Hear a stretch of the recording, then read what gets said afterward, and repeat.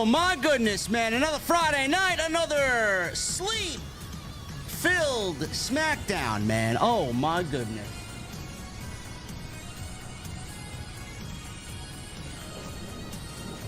SmackDown is getting quite boring. I don't know how else to describe it, man. Listen, the crowd in Berlin was great. There's no energy. But man, what a lazy show. I mean, I get it. There's nothing really much to do or say. Tomorrow's the pay-per-view. But man, oh man, we need things to get kicked into the next gear on Friday night, man. Big time. We need something major happening on Friday night. It's pretty bad out here, man. Hey, listen, Andrade and Carmelo Hayes, they give you another banger. Nia Jax in the main event was pretty damn good as well.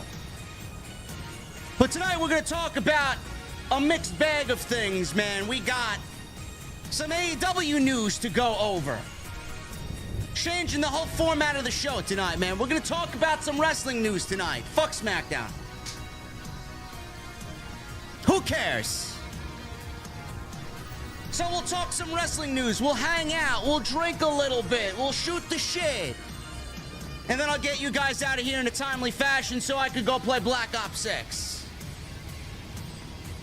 I'm going to the venue. Tonight we're drinking at the beer garden.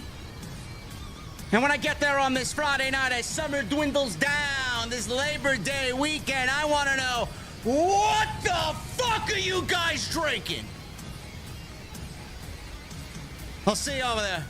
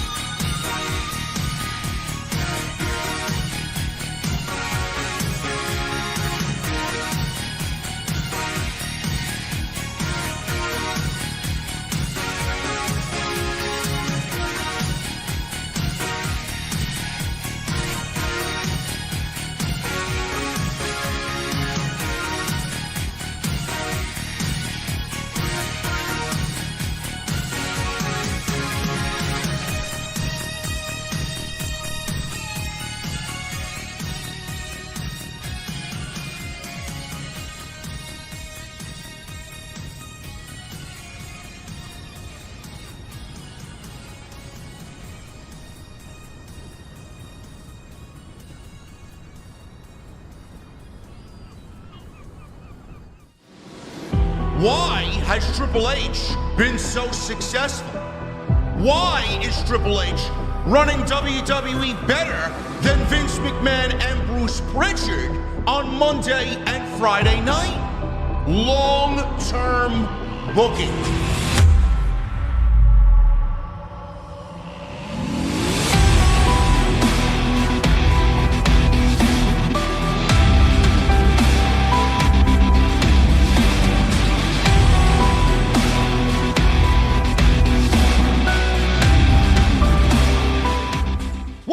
Guys, thank you so very much for joining me right here on Off the Script. This is your Friday Night SmackDown, I would say. I think it's still the Friday Night SmackDown post-show for August 30th, 2024. I am your host, JD from New York.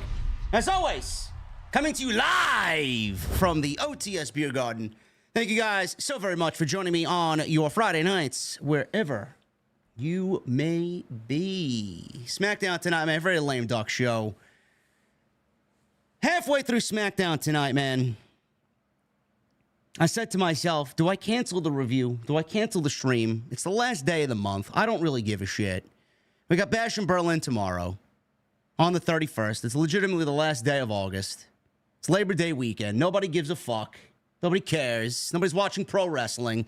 You're all at the beach, or you're all at your private fucking beach homes and on your yachts, or wherever you may be, man. You're down in a cold beverage. You're relaxing this holiday weekend just like the rest of everybody else that works their ass to the bone. Nobody gives a shit about professional wrestling right now. Nobody.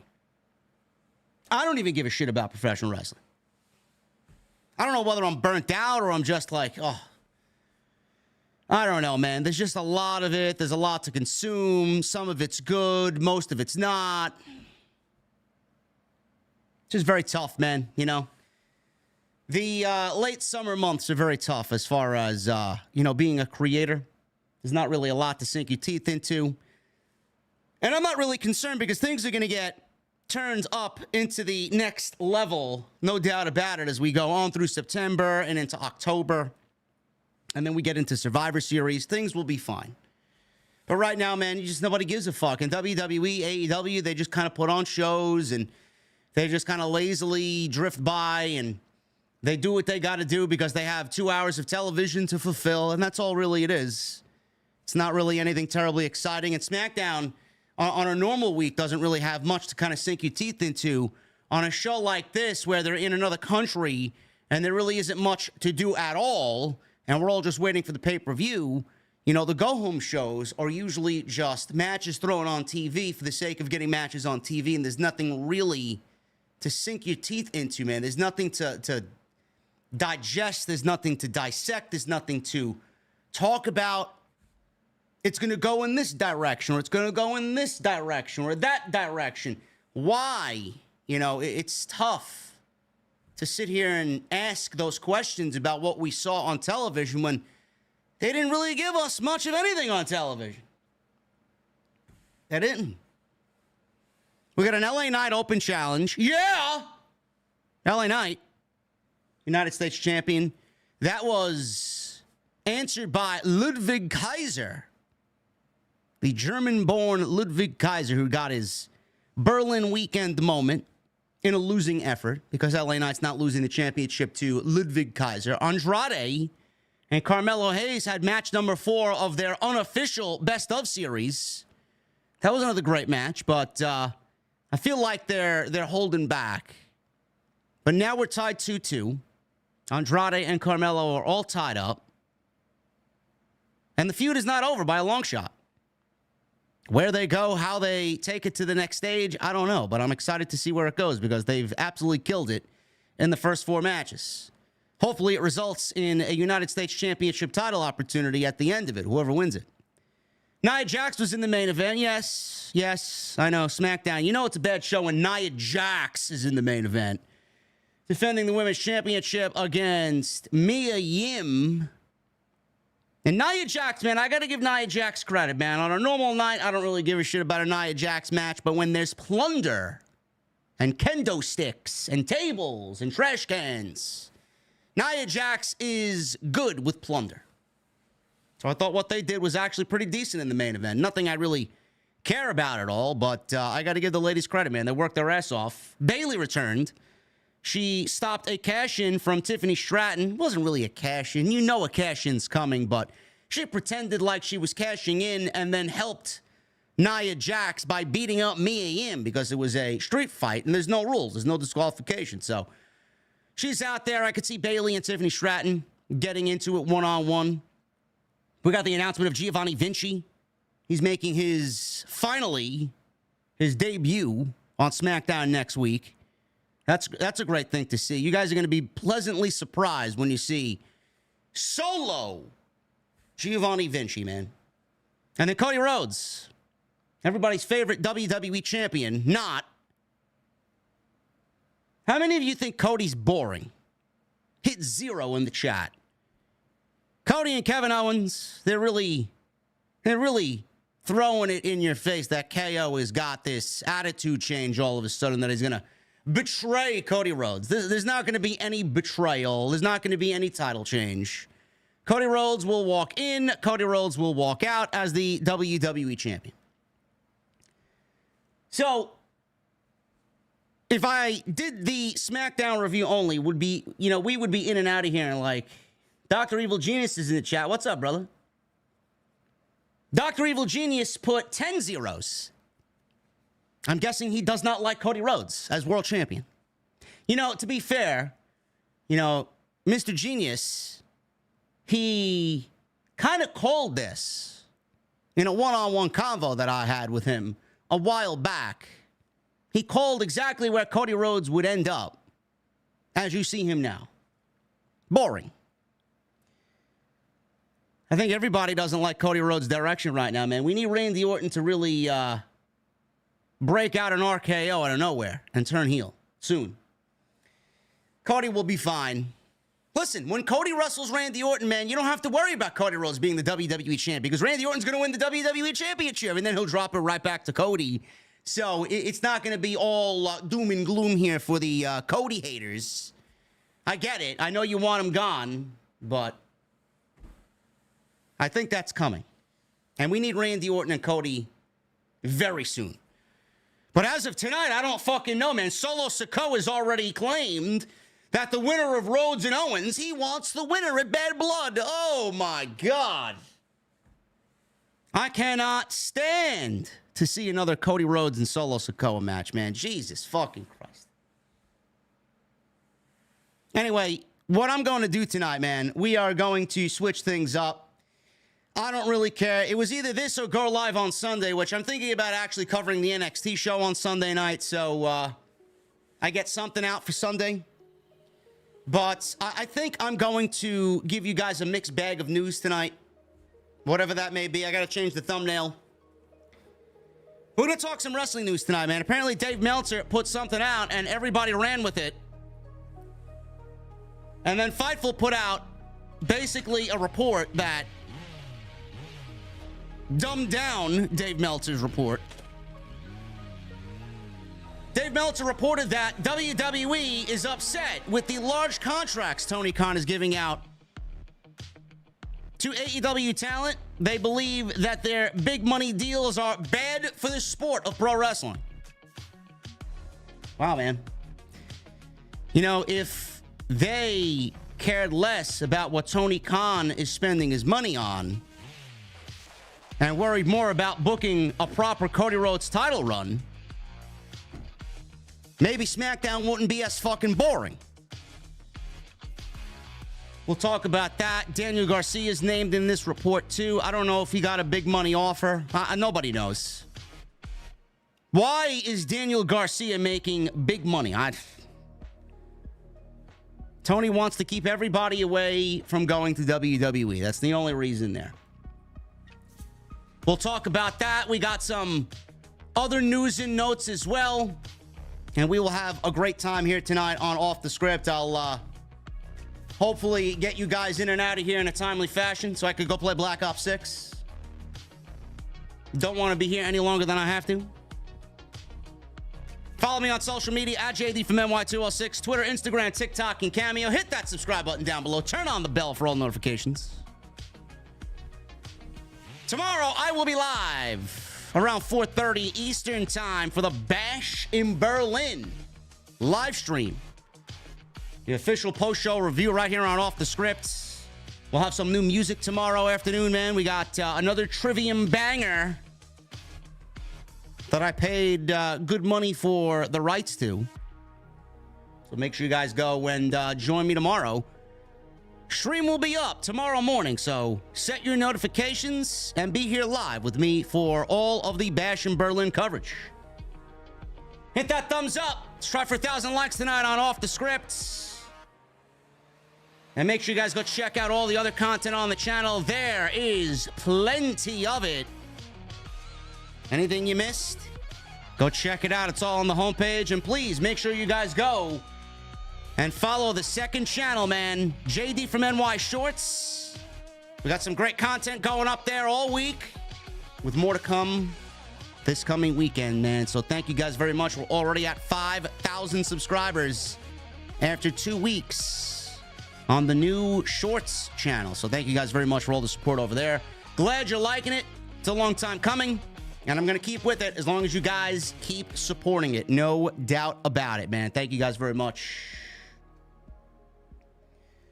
Let's get into the news, man. Guess we'll start with the story that I put in the title. Swerve Strickland and Daniel Garcia. Apparently, WWE is upset at the big money contracts Tony Khan is handing out. This is according to Dave Meltzer.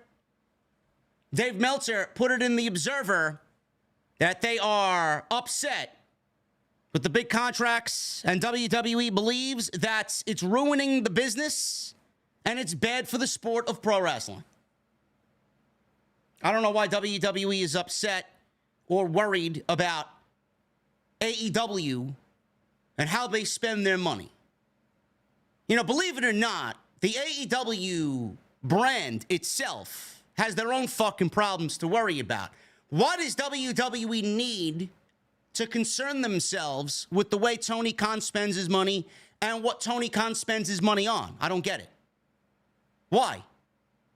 Let Tony Khan continue to spend his money, because eventually, the more you spend, he seems to be spending more and more and more every fucking year. The more Tony Khan spends, the more problem it's going to be for Tony Khan. And WWE won't have to worry about AEW being around anymore, because Tony Khan himself will bury AEW in debt. Why are you concerned with how Tony Khan spends his money? Just like how people are concerned with how I spend my fucking money. Well, what I do with my channel. It's not your fucking channel. It's not your money. I could do whatever the fuck I want with my money. The last thing that people were getting on me about was that I bought a Hasbro Megatron Transformers action figure. It's like a life-size figure. Brand new. It talks. It's got like 27 animations. It moves. Spent a good $1,000 on it. It ships at the end of the year. I work my ass off to do what I want with my money. I bought the fucking Dark Horse. Why would you buy an automatic Mustang? Says the fucking idiot who has a failing channel. I don't know, because I wanted to buy it. Because I can buy it. I work my ass off. I'm going to go out and buy lavish things for myself. Just like I put all this money into making this channel look the way that it does. You think the intro was cheap? The intro is still being done. Whatever you see in the intro is still not the completed intro. I spent great money to give you guys a proper live stream experience, where you got Denise and Fightful and No IQ and all these other fucking schmucks in the community that have this bare bones fucking layout and this cheesy intro, and they're in and out in like 50 minutes. I mean, they go pay some Indian schmuck on Fiverr, and they pay $5 for a fucking intro and a theme song. That's great, bro. If you don't want to invest in your channel and take your fans for fucking granted and rob them blind, so be it. But everything you guys give me back, I put right back into the channel. Yet I got people telling me, why would you do that? Why would you spend money on this? Why did you buy Megatron? Why would you buy the Dark Horse? I'm sorry, I didn't know I had so many tax experts. Listen, man, I don't need fucking 800 accountants. Worry about yourself.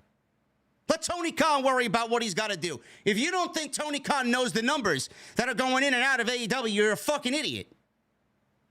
He knows very well what he's doing. Is it right? Who the fuck are we to say it's right? If he wants to spend his money on something, let him go out and spend his money on it. And there's a little spoiler for you guys. All the WWE pedophiles, or whatever the fuck they're calling these geeks who live and die by the WWE flag. Tony Khan's got more money than WWE. So don't worry about what Tony Khan's spending his money on. Tony Khan could buy WWE if he wants. WWE allegedly believes Swerve Strickland's big new deal, his new AEW deal that he signed on Sunday at All In, is bad for the sport. Now, this is in the latest Wrestling Observer newsletter. Dave Meltzer confirms that Swerve is now being compensated at roughly the same level as two of Tony Khan's recent high-profile free agent signings. Mercedes Moné, who is right now the highest-paid female performer in the business, and Kazuchika Okada, who's making roughly, reportedly, we don't really know because we don't know their books, we don't know their numbers. Kazuchika Okada rumored to be making at least $4.5 million a year on a 3-year contract with AEW. However, Strickland and his contract will make less than WWE's top stars like Roman Reigns, Cody Rhodes, and Randy Orton. Still, some of Dave Meltzer's contacts in WWE told him that they're not happy about Swerve's contract extension or an offer that they've made, and he declined. WWE very much wanted Swerve and Nana, the whole act, to go back to WWE, or Swerve in this case, to go back to WWE with Nana. So that would make it 2 times that Swerve said, you know what, thanks, but no thanks to WWE. I'll get back to that in a second. So WWE wanted Swerve. WWE apparently has got great interest in Daniel Garcia as well as Ricky Starks and whoever else may be a free agent coming up in AEW. They also have a problem not only with Swerve getting a big deal, but apparently Daniel Garcia getting a big deal. That's because they view those offers as being bad for the sport because they are so far over what WWE would perceive the market value for them to be, with the idea Tony Khan is spending more than he needs to and raising salaries for no reason. Now, I don't need to explain to you why Tony Khan is spending the money that he is spending on his talent. I'll get to it in a second and give you guys the whole ordeal here. Tony Khan is very much wanting to keep his core from going to WWE. He will do whatever he has to do, whatever it takes to keep his core from going to WWE. I don't think he has anything to worry about. And those that are there, which you know who they are, that don't want to be there, let their contracts run out.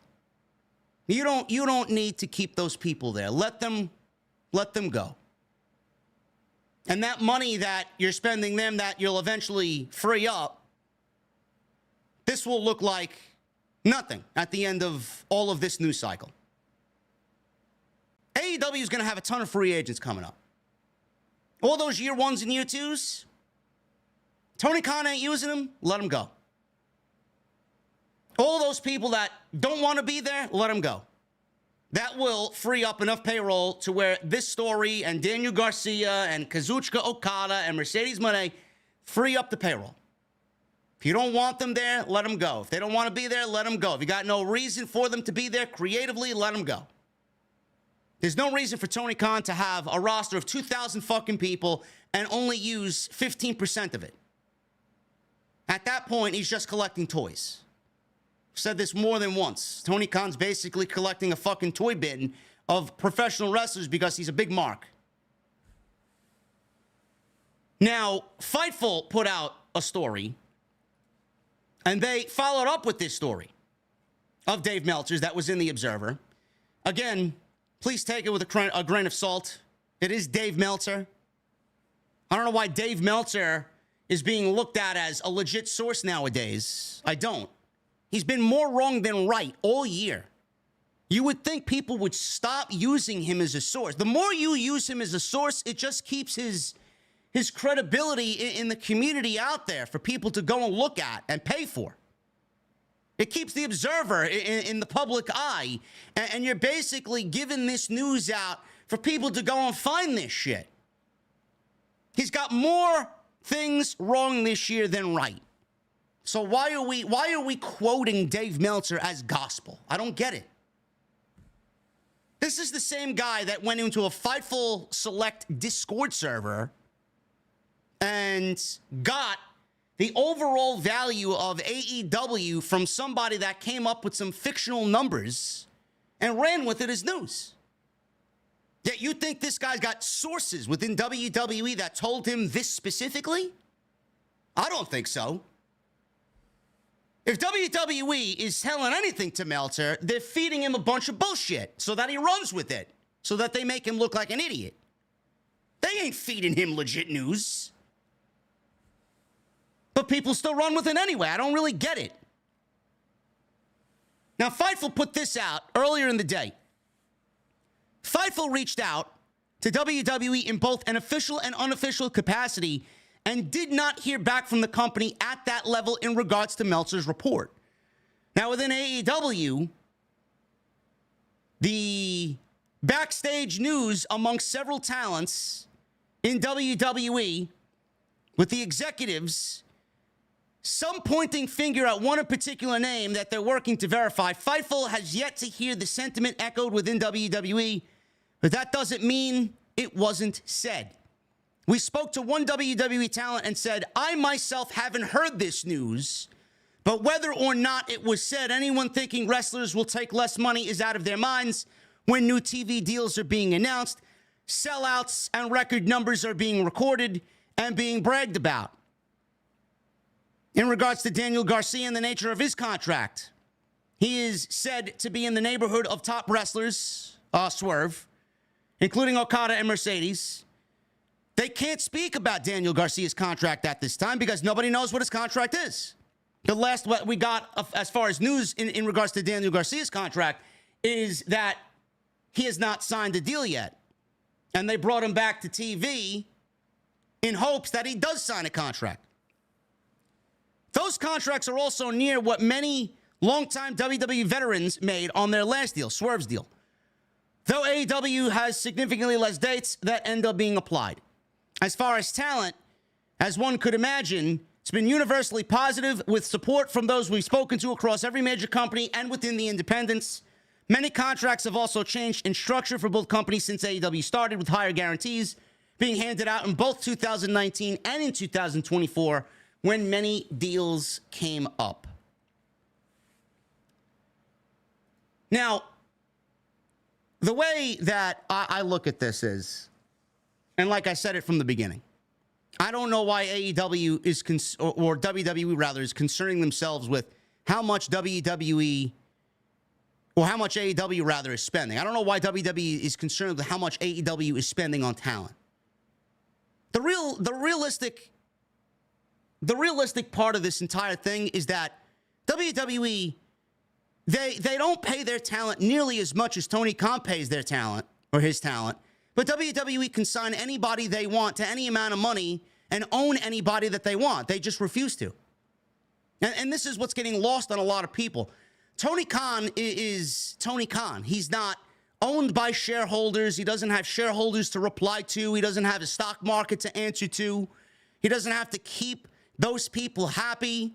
And he doesn't have a payroll that he needs to keep in check because of those people, and he needs to look out for those people. WWE has to look out for those people. They are on Wall Street. They are part of TKO and owned by Endeavor. They need to keep their numbers in line. So comparing the two companies in the way that they operate business is fucking foolish to begin with, because one is operating on its own, and WWE is operating to keep shareholders for Endeavor and TKO happy. So why is this even a discussion? I don't get it. Why are we taking news from Dave Meltzer? Everybody quotes Dave Meltzer. Everybody quotes Brian Alvarez. I like Brian Alvarez more than I like Dave Meltzer, but why are we quoting The Observer when they've been wrong more times than anything this year? Does Dave have sources in WWE? I'm sure he does. But WWE is not giving Dave Meltzer any credible news. They haven't given him any credible news in fucking years. When has The Observer broken a major story? I can't remember when they broke a major story. Everybody now goes to Fightful or PW Insider or whoever else is breaking news. More people outside The Observer are breaking news than the fucking Observer. Who gives a shit what Swerve is making? Who gives a shit what Mercedes is making? Who gives a shit what Okada is making? I don't really understand it. Why are we so concerned with what these performers are making? They break their bodies every single night for us, every single week. Life or death happens in that ring on any given moment. Yet they're not supposed to be paid? The industry is so much better than it was 10 to 15 years ago. AEW existing is so much better for the industry, you now see why. People are getting paid. Are they getting paid more than what they should be making? That's not for us to determine. That's for Tony Khan to determine.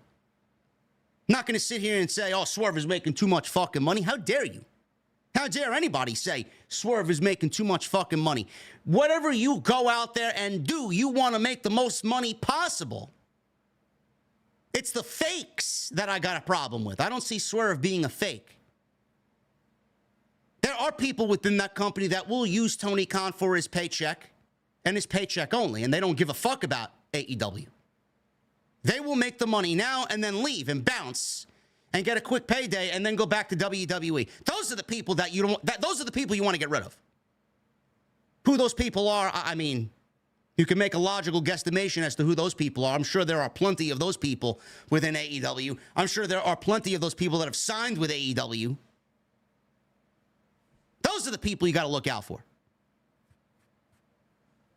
But for Swerve to be making too much money, Okada to be making too much money, for Mercedes to be making too much money, who the fuck are you faceless gnome on social media, saying to anybody what they deserve and what they don't deserve to make? Who the fuck are you? Do I walk into McDonald's and see you fuck up my fucking French fry order and I tell you you don't deserve to be working here? It's a fucking curse in itself that you're working at McDonald's and serving me a fucking hamburger with French fries. Tony Khan is going to spend his money the way Tony Khan wants.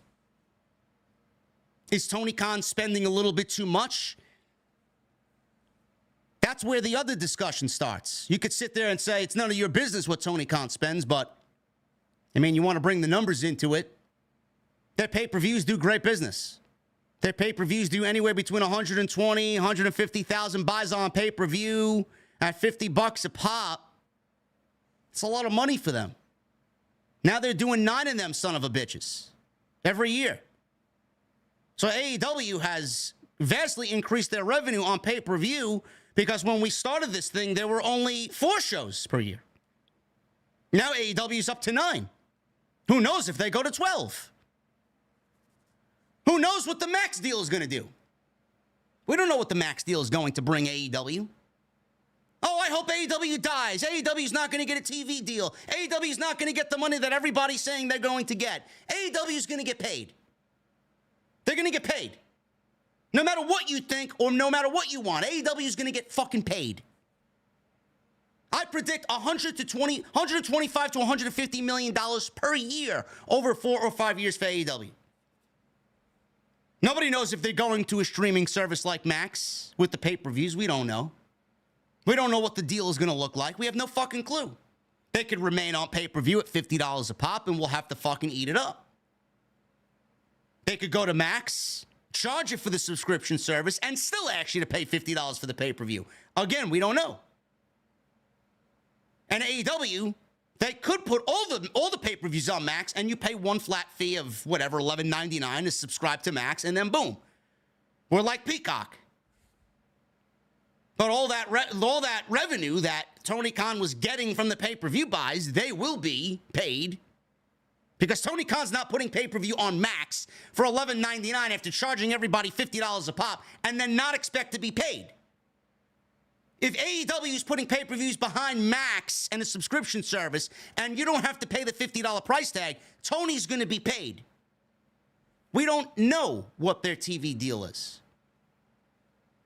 When they announce that TV deal, stories like this, what Swerve is making, what Mercedes is making, what Okada is making, it's going to be a non-factor. What Ospreay's making, what MJF is making, it's going to be a non-factor.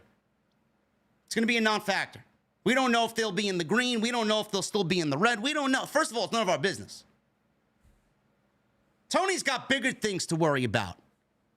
The fans got bigger things to worry about. Their ratings are in the fucking toilet. Yet everybody claims that, oh, it's the summer. Oh, Oh, it's the demo that is the most important now. The overall viewership is not the most important number when the ratings come out. Everybody's worried about what Swerve is making, what MJF is making, what Danny Garcia is making, what Okada is making, what Mercedes is making. Tony is basically keeping all of these contracts this high so that they don't even think about going to WWE. And he's only done that, and it's gotten worse the last couple of years. You see who he's signed and who he's brought in. It's really become blatantly obvious what he's doing. Like, Will Ospreay could have signed with WWE. He opted not to. Now, Ospreay cited the reason that he wanted to remain at home in the United Kingdom. That's going to be a huge factor in where he goes. Tony Khan signed him and allowed him to stay at home. Mercedes. What do you think he offered Mercedes? Whatever he offered Mercedes was good enough for her to say, you know what? She even said it herself. She was supposed to show up at WrestleMania 39 in Los Angeles. How much did he offer Mercedes to say, I don't want WrestleMania anymore. I want AEW. Okada rerouted his life to live in America after spending an entire career in Japan. And Okada was being looked at by WWE as well. And he signed Okada to a reportedly $4.5 million deal over 3 years. This guy's making $15 million a year. WWE could have signed Okada, but they got shareholders to look after. They're not going to spend $5 million on Okada. Okada is making Roman Reigns money per year. Has he given back to AEW in the way that Roman Reigns has given back to WWE to earn a $4.5 million paycheck? I'm not Tony Khan. I'm not going to... I could sit here and tell you no, just based off the numbers. But Tony Khan signed Okada and Ospreay and people like that to raise AEW's international presence. And now you see where they're going in 2025. They announced All In Arlington at Globe Life Field. They're going to Australia in Brisbane at Suncorp Stadium. They're doing a fucking pay-per-view there. They just ran London again for a second time. They're doing Forbidden Door in London next year. They're going back to Wembley in 2026. They just ran Cardiff and sold out. AEW signed those talents, those foreign talents, so that they could raise their presence when they do international and take the brand international. That's a smart move. Is that going to pay off for Tony Khan? Is that going to pay off for him the way that he expects? Nobody knows. It could take years for that shit to pay off. But let's not beat around the bush. Tony Khan is throwing money around so that they don't go to WWE. Tony Khan is collecting talent, and he wants this greatest roster where the best wrestle, and he's going to throw money around to appease himself. Don't deny it. These talents, what are they going to do? Tell them no? Even if there was a thought to go back to WWE, what are you going to do? They're offering you 2, and Tony's offering you 5. What the fuck are you going to take? The 2? No, you're going to stay and sign with AEW. It's a fucking dumb move. Of course Swerve stayed. I find it funny how WWE wanted Swerve now for a second time in a row after they tried to contract tamper him the first time. That was the whole ordeal where Tony Khan was in the hospital with his mother, and I believe Swerve was one of the names that came forth and told Tony Khan that WWE was trying to contract tamper. They wanted to get Hit Row back together. They wanted Swerve back in WWE. He told them no. Now for a second year in a row, or a second time, I should say, in 5 years, they wanted him back, this time with Prince Nana. Find it funny how WWE fucked the guy over and now wants him back after he made a name for himself. Well, I guess you're shit out of luck then, bro, huh? Tony Khan needs to worry about how to fix AEW and not so much about signing everybody under the sun. There is a roster of bloated professional wrestlers in AEW. The roster is bloated. I'm not saying let Swerve walk. It would be foolish for Tony to do that. But I don't think Swerve wanted to go anywhere anyway. So why are we offering him 100 times more than market value? I don't get it. Why is he going so above what he needs to do to keep everybody happy? In the end, that's eventually going to bite him in the ass, and there are people that are worried about the longevity of AEW. Look at the fucking numbers. Look at the numbers of AEW. I got them pulled up here. AEW's numbers are in the fucking toilet. I got geeks online arguing with me. Oh, it's about the demo. The demo's down. The overall number is down. The interest is down. Ticket sales are down. Interest is down. This time last year, they did 871,000 overall viewers for Dynamite. They did a 0.32 in the demo. That was down 17.9% from 2022. This year, they followed all in with Dynamite on Wednesday. They did 691,000 viewers. Apparently, there was a glitch, and they were missing 6,000 people. So the number is really 697,000 people with a 0.22 in the demo, 18 to 49 demo. The excuses that I heard this week are, oh, I'm not watching AEW live. I stream it illegally.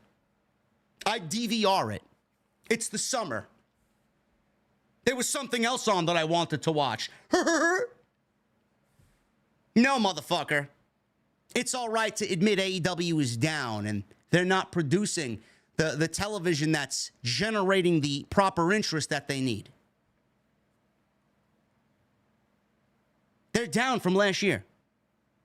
How do you go from 871,000 viewers to 697 and then claim victory?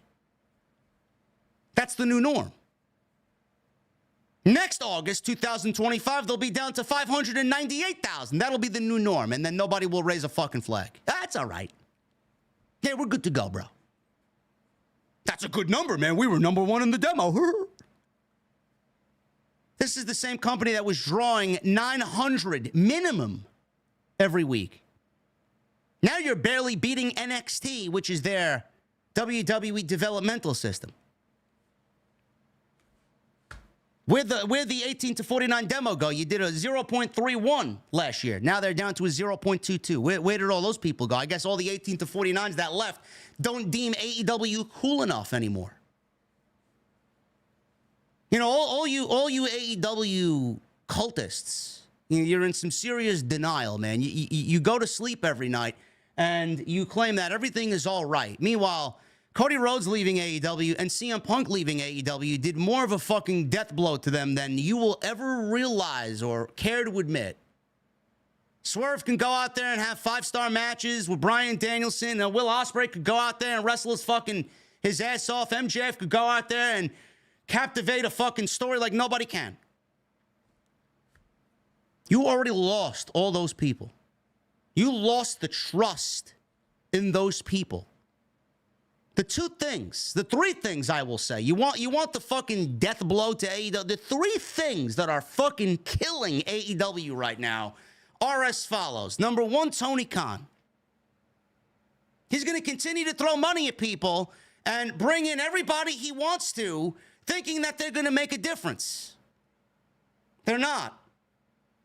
I'm waiting for Shelton Benjamin, MVP, and Bobby Lashley to end up in AEW, and everybody get excited about a fucking Hurt Business reunion. Are they going to help AEW's bottom line? No. You think Bobby Lashley's going to be cheap? Of course not. No, but let's bring in more ex-WWE guys. With a roster that's already fucking bloated. With a roster where half of the fucking people, more than half of the, 75% of the fucking people, aren't even getting used.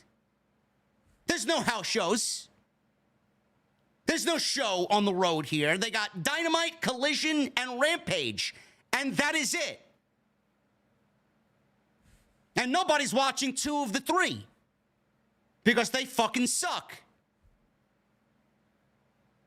Tony Khan, Number 2, the Young Bucks.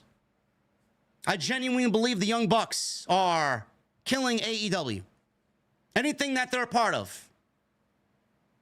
And I was a big Bucks guy, man. I really was. Early on, the Bucks were fucking great, man. Those tag team matches, when they were left with running the tag team division and just giving us great tag team wrestling because that was their vision, everything was great, man. They had the best tag team division in all of pro wrestling. In the fucking world was AEW's tag team division. Now, all of a sudden, we got what? We got the Young Bucks parading around as EVPs. They're trying to do some fucking Succession-like gimmick. They got the tag team titles where they defended them once in 4 months. They weren't on Dynamite this past Wednesday. Everybody looks at them as the reason why CM Punk left the company. You don't think that did damage to the company? You don't think the Bucks have this negative energy or negative aura about them? Sounds like to me, looks like to me, they would rather get themselves over instead of getting the company over. It almost comes off as if they want their shit to be great, but don't give a shit about anything else. It's almost as if they've taken so much of a backseat role that they've allowed their vision to sit in the lap of Tony Khan, and they don't give a fuck how he destroys it. Can they honestly sit there and say that this was the original vision of AEW? I don't think so. I honestly think the Bucks are a detriment to the company more so than anything. And number 3, their fan base. Their fan base is fucking mental. The rampant tribalism between AEW and WWE, the fans on social media, the way that they talk to people, the way that they go about talking to people in regards to AEW, the reason that they are in the position that they're in right now is their fan base are fucking retarded. All wrestling fans are stupid. But I've never seen a group of people like AEW fans that wave the flag the way that they do, can't handle criticism, can't admit when something is bad, can't admit when something is wrong, can't admit when something's off. When someone like me or somebody else says anything remotely close to some constructive criticism, it's misconstrued as hate. Yet Tony Khan, he allows all of this to happen because he breeds it. He breeds this mentality. He himself goes on social media to do this, and then everybody, they rally behind him like he's some fucking general leading an army into war.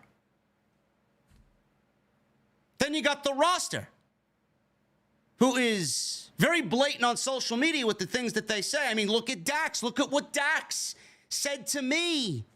Look at Jade and what she did to me 2 years ago. Look at what Ricochet is doing. He's a recent example. You couldn't get a fucking peep out of this guy while he's employed with WWE. Now he's bad-mouthing fans on social media because he's an AEW guy. He's going back and forth with fucking trolls on social media, downplaying their opinion. Man, those handcuffs, they were thrown away as quick as you could fucking blink. Those 3 things are killing AEW. So why is WWE so concerned about what AEW is doing by handing out big money contract to Swerve and MJF and Mercedes and Okada and Daniel Garcia? Why? AEW should be a non-factor to WWE. I don't get it. Let AEW kill themselves because they are on the track to doing that. A TV deal won't help them. International shows out the ass won't help them because eventually they got to get back to doing weekly television, and then that's where they drop the ball. And no one is interested. Ratings are down, interest is down, social media numbers are down, attendance is down. Look at Grand Slam here in Flushing. Look at it. 3 years ago, they filled the stadium with 21,000 people. This year, they don't have the building set up for 5,000 people. You think that's a fucking good night? Do you? That's a fail. That's a complete fail. Wembley, you could look at Wembley one of two ways. You'll get the people looking, well, they didn't do 81,000 like they did last year. True. But filling 55,000 people in a stadium is nothing to sneeze at. They still filled the stadium. It was just as loud as the 81. Ticket sales, who know? I didn't go this year. They were expensive last year. Who the fuck knows what they were this year? They were probably higher this year. So the revenue Tony Khan made on the gate probably wasn't, well, it wasn't off by what it was last year. Who knows how much it was off? It was off, but it might not be by much.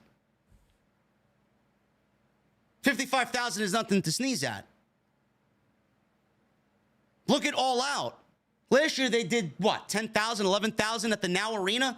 This year they don't even have 6,000 people yet. The show is 2 weeks away. I guess the people of Chicago, their second home, their home away from home, which is Jacksonville, number 1, Chicago, number 2, I guess. Those people don't like AEW anymore either, right? They were in Chicago on Wednesday. They drew what? 2,000 people? These people will continue to make excuses. But Tony Khan is going to continue handing out contracts because he can and because he wants to keep people away from WWE. That's his ultimate goal. He wants to keep all of these men and women away from WWE. He does not want WWE to get stronger. He cannot let them get stronger. It's great that AEW exists. But I've said it time and time again. AEW needs change. Bringing in more WWE guys is not the answer.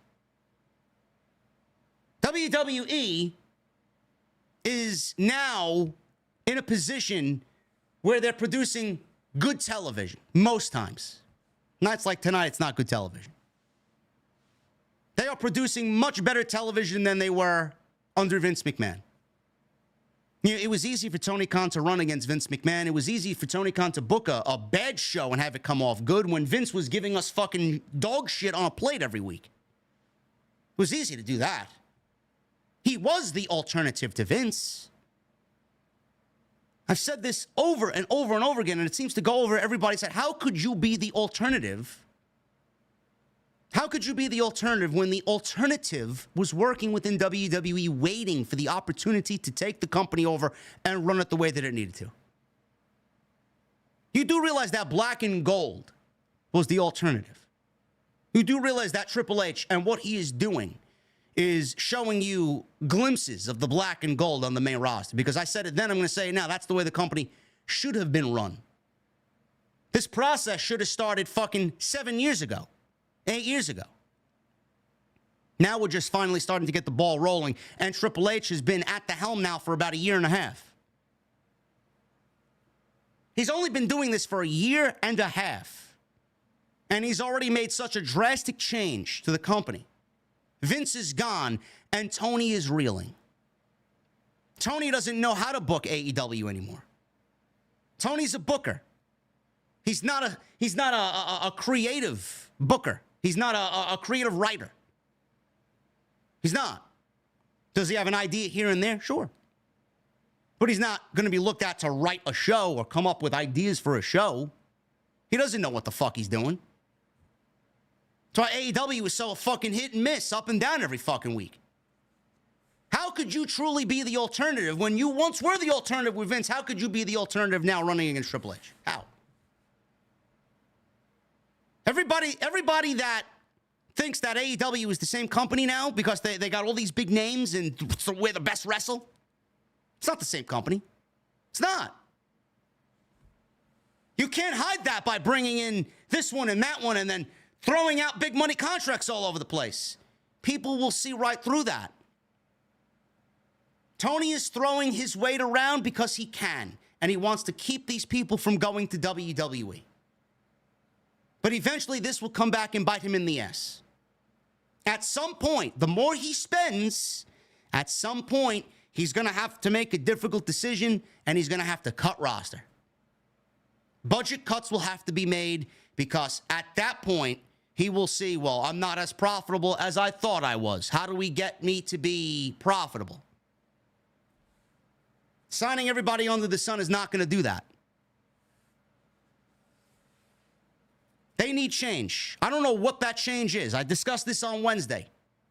They cannot go into the new contract celebrating 5 years doing the same thing.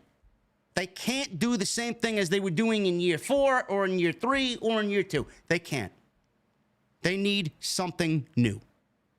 They need something fresh. They need something that's going to captivate on a week-to-week basis. What that is, I don't fucking know. I said, what else could there be? What else could they do?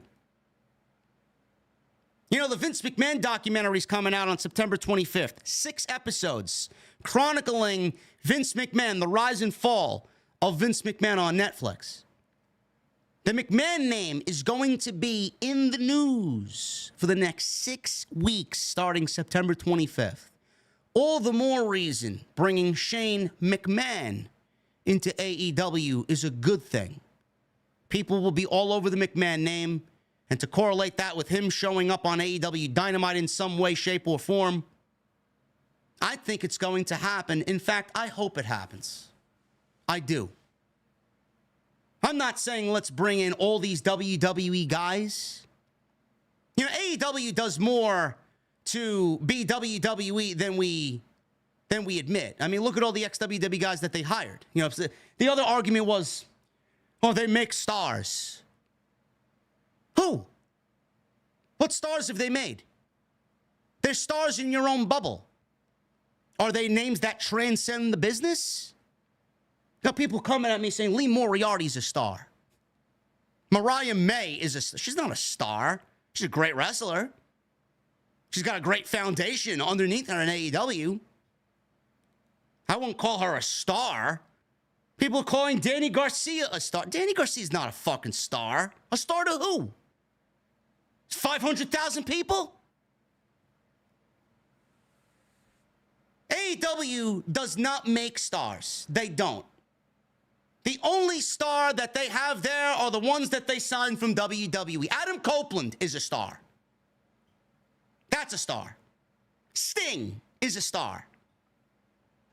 Calling Mariah May a star and then mentioning Sting in the same breath. I mean, are you people mental? Are you mental? The only person there that has any hope of being a star in the greater things that come after pro wrestling is MJF. That's it. MJF is going to go on to main event WrestleManias. MJF is going to go on to be a fucking household name. MJF is going to be a Hall of Famer. MJF is going to be in movies. You just see it. That's a star. Is Swerve a star? I guess he's raised his star value. Would I call him a star? I wouldn't call him a star in the grand scheme of mainstream. Who the fuck is Swerve Strickland? Who? You ask anybody walking the street, hey man, you know who Swerve Strickland is? Who? We know who Swerve Strickland is because we live in a small fucking bubble that's 1% of the human population. Fuck you talking about, star? Has AEW taken people from the indies and given them a major platform to be stars on their show? Sure. Sure. Darby Allin, is he better off? Absolutely. Absolutely. Is Swerve better off? Absolutely. Where did he come from? He got his start on the indies and then went to WWE. He was just another WWE guy. Danny Garcia? I won't call him a star. Mariah May won't call him a star. Toni Storm? She's raised her star value significantly to a point where she's going to make even bigger money. But would I call her a star? No. Come on. Cody Rhodes is a star. Roman Reigns is a star. The Rock is a star. Steve Austin is a star. Bret Hart. Goldberg. Randy Orton. Hulk Hogan. Those are stars. I don't see how people misconstrued the quote. I really don't. those are stars. AEW lives in their own fucking bubble, man. Are these people raising the rating on Wednesday night? More people are leaving AEW. More people are dropping the fucking remote when AEW comes on than they are tuning in. So how are they transcending the business in any way, shape, or form? How? Tony can continue to throw money around all he wants. It's not going to help a fucking thing. At some point, he's going to have to look at his fucking books. At some point, he's going to have to look at the money that he's throwing out and the money that's not coming in and realize, hey, man, maybe my obsession to keep everybody away from my competition is actually harming my company. Because that's what it looks like to me. But as of right now, for everybody to get up in arms about Tony Khan giving Swerve a mega contract, who the fuck is anybody to say, oh, Swerve is making too much money? Go out and make your money, bro.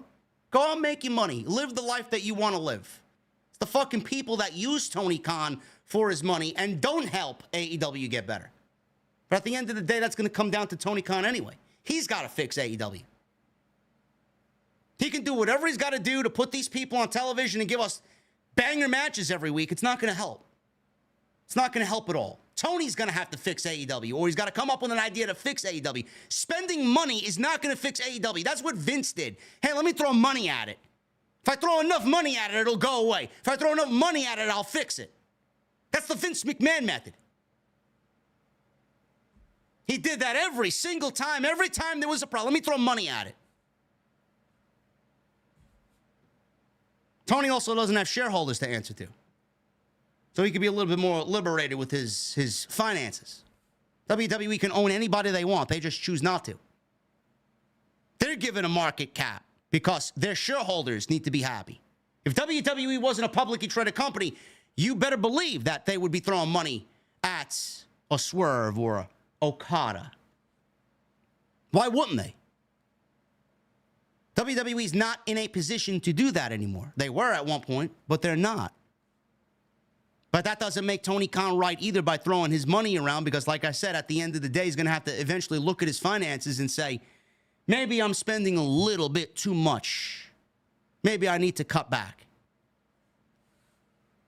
Everybody got up in arms about this. Everybody got up in arms about this today. I don't know why. Really don't.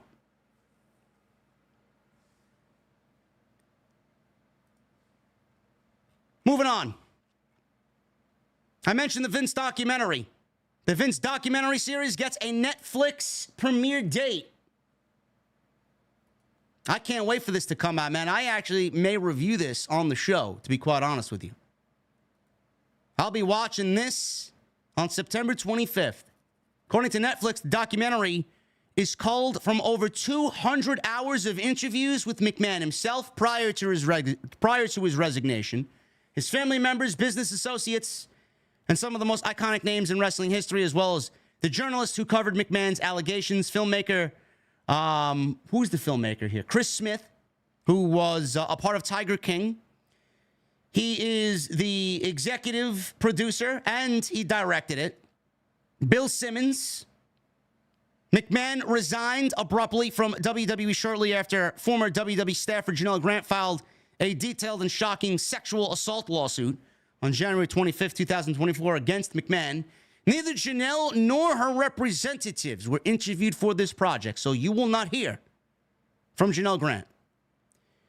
There had been speculation that Netflix might not proceed with the documentary, which was never officially announced after it inked a landmark 10-year, $5 billion plus deal for WWE's Monday Night Raw earlier this year. Starting in January 2025, Netflix will be the exclusive home of Raw in the United States, Canada, UK, and Latin America, with additional territories to be added over time.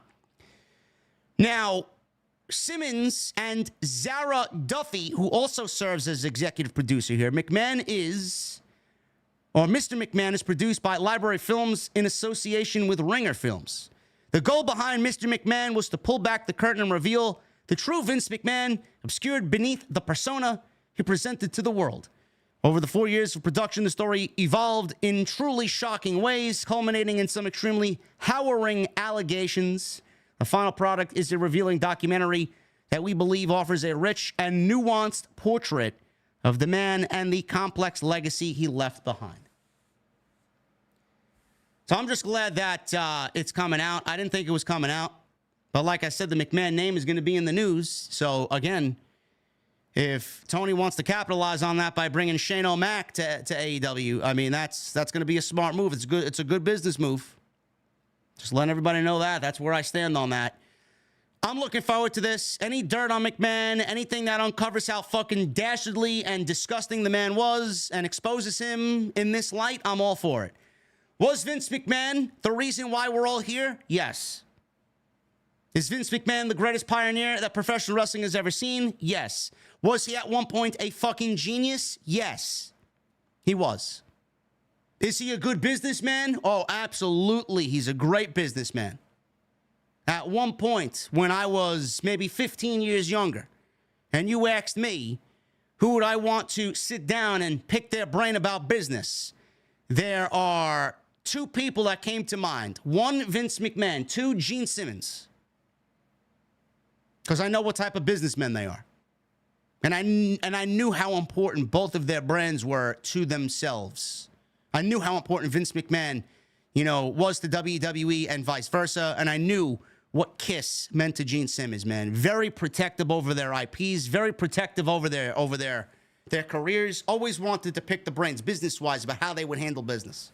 That was maybe 15 years. Now, when you ask me about Vince McMahon, hope he drops dead. So glad he's gone, and whatever comes to him, I mean, it may not even be enough, to be honest with you. Whatever punishment is brought down upon him, it still might not be enough. I'll be all over this documentary. I can't wait to see what happens, what is said here, and I may actually cover it on the podcast when first episode airs. We may do a review on it. So we'll see what happens. I'll keep you guys posted. Nikki Bella. She was in the news. Nikki Bella's husband, Artem. I'm not going to even pronounce his last name. Let me see if I could give it a try. Artem Shigvinestov. Nikki Bella's husband, Artem, arrested for domestic battery. Now, we don't have the entire story. We don't know what happened. We don't know what is detailed in this report. All we know is that he was arrested, and he was arrested with bail, and he posted bail. Nikki Garcia, former WWE wrestler Nikki Bella, engaged to Artem in 2019, married in 2022. Artem was arrested for domestic violence. Nikki was previously engaged to John Cena after dating for several years. Bella met Artem while dancing on Dancing with the Stars in 2017. They later welcomed their first child, Mateo, in July of 2020. Their wedding plans kept getting delayed due to Nikki's promise to Artem that they wouldn't get married until his parents could attend the ceremony, as the COVID-19 pandemic prevented his Russian parents from traveling for the wedding. TMZ reported this week that Artem is in jail, or was in jail. He posted bail. He was in jail yesterday in Napa, California, because he was arrested for domestic battery. He was booked into jail on Thursday morning on a felony domestic violence charge. No further details are available at this time. Nikki did note on her Instagram story Wednesday that she was also in Napa. As of today, there was more news in regards to this, claiming that the 911 call was leaked, and it was detailed in the 911 call that Nikki Bella had thrown shoes at Artem. Again, we don't really know. That's all that was kind of detailed in the 911 call. Again, we don't really have enough information to go off of a pro wrestling article or an article from TMZ. You could sit there and say, well, what did she do? What did she say? What did she do to anger him? Did she throw a punch, or did she throw an object at him and it was not warranted? We don't know. We don't know. So before anybody gets up in arms, you got to let all the details kind of play itself out before we start pointing fingers here. But of course, in today's society, it's guilty until proven innocent. It's not innocent until proven guilty anymore. We don't know who started it. We don't know what the domestic violence charge was. We have no idea. But when you hear something like that with man-on-woman violence, people tend to think the worst. Now, real talk, I've grown up with that. I've seen it firsthand from my dad to my mom, from my mom to my dad. Most of the time, my mom instigated the fucking fights. Most of the time, my parents were drunk while this happened. And most of the time, my mother instigated or said something stupid to fucking tick my father off. And then things turned into World War III at the fucking house. And then meanwhile, me and my brothers are upstairs at the top of the stairs looking at these two fucking idiots try to kill each other. And there's nothing that we can do. On most nights, I called my grandpa, and he was over there like fucking Batman in the night, man. Driving the Batmobile in Gotham City. He was there. Within a phone call, he was there in 5 minutes. And he lived 20 minutes away. The man was doing fucking 116 miles an hour up Pelham Parkway in the Bronx to get to the house. That was my grandpa. As soon as he came in, man, things got back to normal. One of the nights I had to call the cops. Listen, I wasn't afraid to get my dad arrested. I've lived with domestic violence all of my childhood, even into my adult life. To this day, my dad is still putting his hands on my mother. And I can't fucking stand it. And it's resulted in a relationship that is fucking severed. I don't talk to my dad. I haven't talked to my dad. I haven't spoken to my dad in 2 years because of his behavior and his alcoholism. And I've now started to cut my mom off because she doesn't want to get help. And I've tried to get her help more times than I care to admit to you guys. I can't change people who don't want to change. I've given up. I've given up. I will not have parents for any of the big moments that I have in my life. I won't. As far as I'm concerned, they're alive, but dead at the same time. When I have kids, my parents won't be around. Why would I want my child to be around alcoholic parents? In that case, grandparents. Why would I want that? If you are a man and you put your hands on a woman, you absolutely are a subhuman piece of fucking dog shit. You deserve the worst outcome in this life if you are a man and you put your hands on a fucking woman. A defenseless woman. Now, again, we don't know. We don't know what she did. We don't know if she was the one who instigated. We don't know if she's the one who attacked first. I don't know. We don't know if he was in self-defense. We don't know anything. But just from the brief story that we got, the little story that we got, everybody's going to see domestic violence, Artem on Nikki Bella. They're going to blame him, and they're going to think that Nikki Bella was harmed and Nikki Bella was beaten. If that's the case, this guy's a piece of shit. She needs to leave him. And he's a fucking scumbag that deserves everything that is negative in this life to happen to him. I can't stand people, men who put hands on a woman. Why? Do better. Absolute piece of fucking garbage. I don't know what's going to happen there, but we'll keep you posted on the story. But that's all we got right now. There really is no more to that story. The only other piece of news I got on that story is Bryan Danielson. Now, this, I don't know what this means. Take this as you want. Bryan Danielson, obviously, is Brie Bella. That's his wife. So, that's his first of all, the family and what they're going through, man. This and John Laurinaitis married to their mother after what had happened there and the allegations that came. I mean, the family. I mean, can a family be in any more of a bad luck situation? Bryan Danielson unfollowed Artem on Instagram. What does that mean? I don't know. Take it as you will. Does that mean Artem really did harm to Nikki Bella in the way that we all think? I don't know. I don't know. We'll keep you posted on the situation. WWE. They are set to tape a Raw episode in Saudi Arabia come November. It will happen later this year alongside the previously announced WWE Crown Jewel PLE. Crown Jewel is scheduled for Saturday, November 2nd, airing across Peacock and WWE Network. The following night, WWE will tape Raw on Monday, November 4th. That will be taking place in Saudi Arabia. WWE Crown Jewel and Raw set to take place over 2 consecutive days. This event will be one of the global events hosted in Riyadh, Saudi Arabia, carrying on its annual tradition featuring a stronger lineup of wrestlers within the most powerful, comprehensive, and diverse entertainment season in the world. So WWE is taping in Saudi Arabia because they are looking to give their roster the most comfort they can while traveling.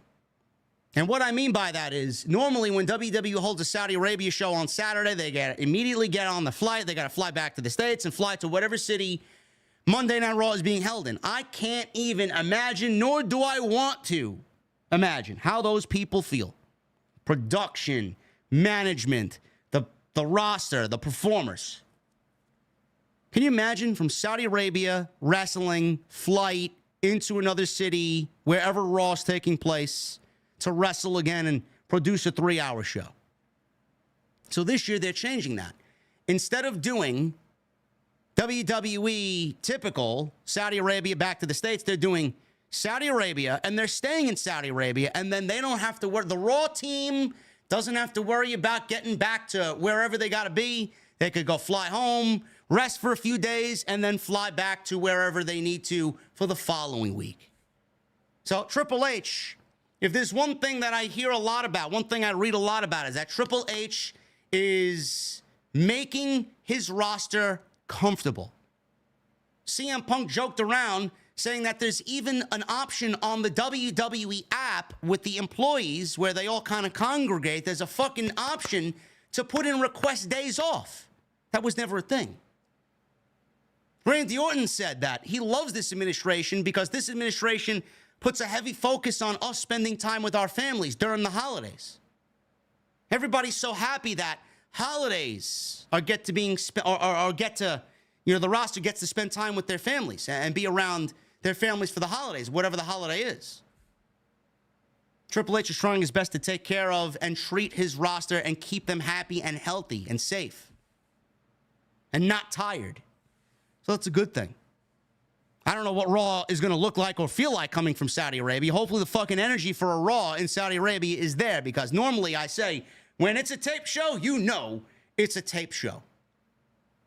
So we'll see what happens. Hopefully it is not as bad as I'm envisioning. The Monday Night Raw commentary team is set to get a change. I can't wait for this Monday, because this Monday we get the debut of Joe Tessitore. He will be on Monday night with Corey Graves.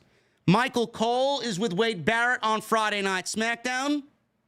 And that's going to be the team, the commentary team, moving forward until we get to Netflix. I'll talk about that in a minute. But backstage news on the latest commentary team changes. Michael Cole, Corey Graves will be the broadcast team for the Raw until September 2nd. Right now, actually, I'm sorry. I misspoke here. Joe Tessitore will take over Monday Night Raw, where he will be paired with Wade Barrett on Monday night. And Corey Graves and Michael Cole will do Friday Night SmackDown. I thought Graves was moving to Monday and Barrett was staying on Friday. That's not the case. Michael Cole and Corey Graves will be on Friday night, and Joe Tessitore will be with Wade Barrett on Monday. I thought with Joe Tessitore being new that they'd want to pair him with Corey Graves, because Corey Graves has been all over the place and he's their go-to guy. But that's not the case. So Joe Tessitore and Wade Barrett will be the commentary team come Monday on Raw. WWE previously announced that Tessitore is the newest WWE commentary member, and they announced this early this month. Tessitore has previously called NFL's Monday Night Football and college football playoff games. Graves and Barrett have been on SmackDown since this past February. Pat McAfee usually calls Raw with Cole. He's going on hiatus to do college football game day during the season. It will be Cole and McAfee again when Monday moves to Netflix, when Monday Night Raw moves to Netflix. And then Friday, I would assume, would be Graves, Barrett, and Joe Tessitore. I don't know why they would omit one and not the other. Or they keep Corey Graves on Monday. That's the only part I don't know. But I don't know why SmackDown for a 2-hour show would need 3 commentators. You would figure they get 3 commentators on Monday for the 3-hour show. I could absolutely see Corey Graves, Michael Cole and Pat McAfee do the commentary team on Monday, and Joe Tessitore, Wade Barrett go back to SmackDown. It's very confusing. Very confusing. So PW Torch reported that WWE wasn't unhappy with Graves, and that's the reason why he went back to being a color commentator. Instead, WWE's head of media and production, Lee Fitting, was a big booster for Tessitore, whom he's been friends with for years. Soon after WWE hired Fitting, he began pitching for the company to hire Tessitore. Joe made a good impression and appeared to be an informed fan of the WWE product while at WrestleMania 40. Despite his WWE duties, Tessitore will stay at ESPN, where he is a broadcaster for college football and Top Rank Boxing. So, again, Michael Cole and Corey Graves will be on Friday Night SmackDown, and then Wade Barrett and Joe Tessitore on Monday. And then when we get to Netflix, it'll be Michael Cole and Pat McAfee on Monday when Raw moves to Netflix, and then Joe Tessitore and Corey Graves, I'm assuming, along with Wade Barrett, on Friday Night SmackDown. That's probably what's going to happen. I don't know. But like I said, maybe they move Graves over to Monday and make it a three-man team on Monday and a two-man team on Friday, which I think probably makes the most sense. So we'll see what happens. But right now, that last part is completely up in the air. We don't know what's going on. So we'll figure that out when we get to Raw, moving to Netflix in January. But I would assume they make the three-man booth on Monday with Graves, McAfee, and Michael Cole.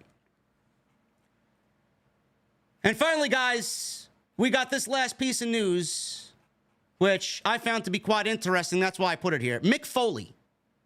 He considered a retirement match against MJF. And he said he had lined up 6 great weeks of TV for it all to play out. Now, Mick Foley has revealed who he had in mind to do one more match with that would give him a proper retirement match. I believe he did mention as well, one point or another, he mentioned Matt Cardona. Foley had considered earlier this year working one more death match as a way to motivate himself to get back into shape. However, he decided against not doing it because of his health, as he suffered a concussion that he didn't realize at first he had. Now, while speaking at the Nickel City Comic-Con, Foley was asked who he'd want to face in his last match. He revealed that the retirement program also happened with MJF. I'd like to see a triple threat. Mankind, Dude Love, Cactus Jack. You can do it by the way of cinematic, right? Yeah. Man, when I was thinking of having that last match, when I announced that intention, there were no shortage of people from every promotion reaching out to me. And one guy I probably would have gone with, because he'd clearly done some thinking about it and lined up 6 great weeks of TV, was MJF. We didn't take a photo together because we didn't want to ruin the secret meeting, but I heard what he had to say and I really liked it. I had no doubt that he would have pulled it off perfectly. He's so good and in his prime that he could have worked around my weaknesses and played to my strengths. And I think we could have done something pretty cool. MJF, my final answer. Take that, Matt Cardona. Listen, man, I'm a Foley guy. I'm an MJF guy. I don't know how good Foley would be in his 60s at this stage of his life in a program with MJF, an actual in-ring program with MJF. But man, oh man, if there's one thing that Foley can still do, it is captivate an audience via the microphone. MJF and Mick Foley on television, man, going back and forth with each other on a microphone, promo to promo, face to face, that would be fucking great television. 6 weeks, there's no doubt in my mind that whatever they came up with would have been fucking better than half of the shit that you're seeing on Dynamite now. No doubt about it. And they're 2 Long Island guys, too, which is even, it makes it all the more sweeter, you know? But I would have loved to see that. That's pretty interesting. I think whoever interviews MJF next, they got to ask him and kind of pick his brain about what type of plans they had. What type of plans him and Mick Foley had for this this supposed retirement match that he mentioned at the Nickel City Comic-Con. Anyway, guys, that is all I got for you. Again, I wish I could have covered SmackDown for you tonight. I mean, I just didn't give a shit. To be quite honest with you, I didn't really care about SmackDown. And I apologize if you guys came here and you wanted to hear about SmackDown, but I don't really have any desire to talk about SmackDown when there's really nothing storyline-wise for me to sink my teeth into, man. Andrade and Carmelo, great match for television. It was a very good match. Loving the best of series. But it was just another match. And we seen a lot of what they do already stretched out in 4 matches. So where's it going next? When's the 5th match going to take place? What's the winner going to get? What is the outcome here? We don't know. Does it result in a United States Championship? I don't know. LA Knight may be looking at one of those guys next. We'll see. Nia Jax and Mia Yim. They got to give something for Nia Jax to do. They got to make Nia Jax look strong going into an eventual title loss against Tiffany Stratton when she cashes in that briefcase. Can't have her win and then not defend, so that's why they had her defend against Mia Yim tonight. Cody Rhodes and Kevin Owens. I don't expect a Kevin Owens heel turn. I don't think Kevin Owens is turning heel against Cody Rhodes at Bash in Berlin. Why would they need to turn Kevin Owens when Randy Orton's going to turn?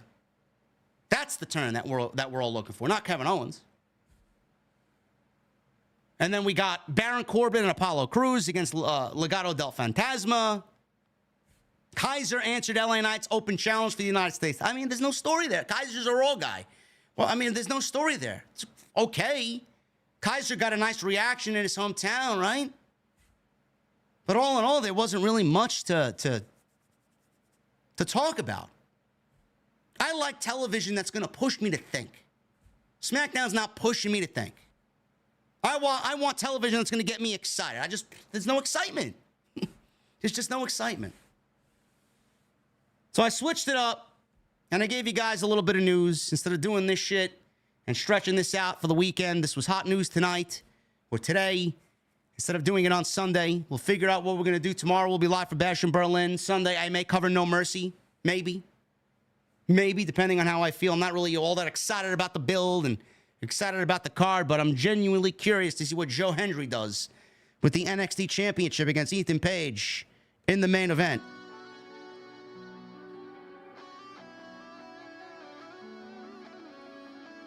If you guys enjoyed this hour and a half of content, man, please hit that thumbs up. Got 592 likes. Let's try for 750. If you guys have not hit the thumbs up and you are in the chat, make sure you guys hit that thumbs up. Follow me on social media at JD from NY206, Twitter, Instagram, TikTok, and Cameo. Hit that subscribe button down below. Turn on the bell for all notifications. Make sure you guys go check out all the other content on the channel. There's plenty of it. And please, make sure you guys go check out the second channel as well. JD from NY Shorts. We're nearing 5,000 subscribers over there. Appreciate all the support happening over on the second channel. Let's start at the top, man. Joseph Taylor, $2 super chat. I'm excited for Drew vs. Punk strap match tomorrow. I'm excited for it too. Should be good. Michelle with the $2 super chat. 8 years since KO held a singles title. That blows. Tony Brown with a $4.99. I might not be able to drop bombs, but I'm damn sure loyal. Thank you, Tony Brown. Charles Wright with 26 months. Hey, JD, what's going on, my man? Today is my birthday. I'm 30 years old today. JD's my tribal chief. SmackDown was not great tonight. It was lame. OTS for life. Charles, happy birthday, brother. Happy 3-0, man. Enjoy it.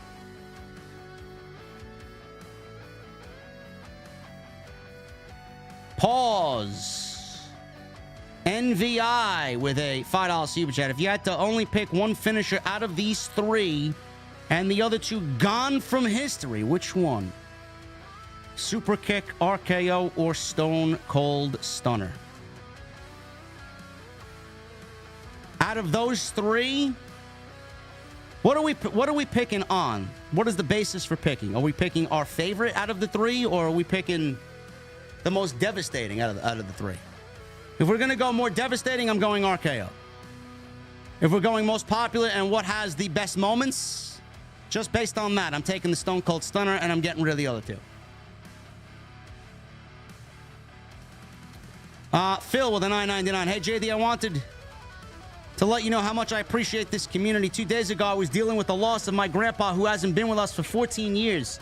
OTS and pro wrestling has helped me in more ways than one. Phil, thoughts and prayers out to you, brother. I know how that feels, man. My grandpa's been gone for 10 years. Still think about him every day.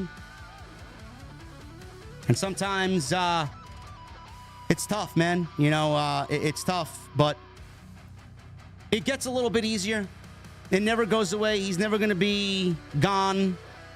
You're always going to think about him. He's always going to be there in spirit. He's always going to be there up here. It gets a little easier. But he's never going to be forgotten, man. Tommy with 31 months. Hey, JD and OTS family, just wanted to wish you all a great Labor Day weekend and looking forward to the big show tomorrow. OTS for life. Thank you, Tommy. Fire Panda with a $28 super chat. What's your favorite Psycho Sid quote? Mine is, OMG, what happened to my car? Goldberg, where are you, Goldberg? You know, Fire Panda, I wish I could answer that question the way that you want. I don't know if Psycho Sid has a quote that I really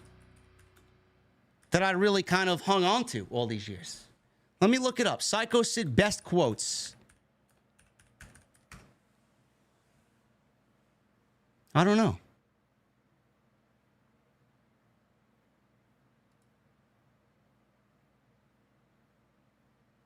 Does he have any quotes that really kind of live in infamy, man? I don't know.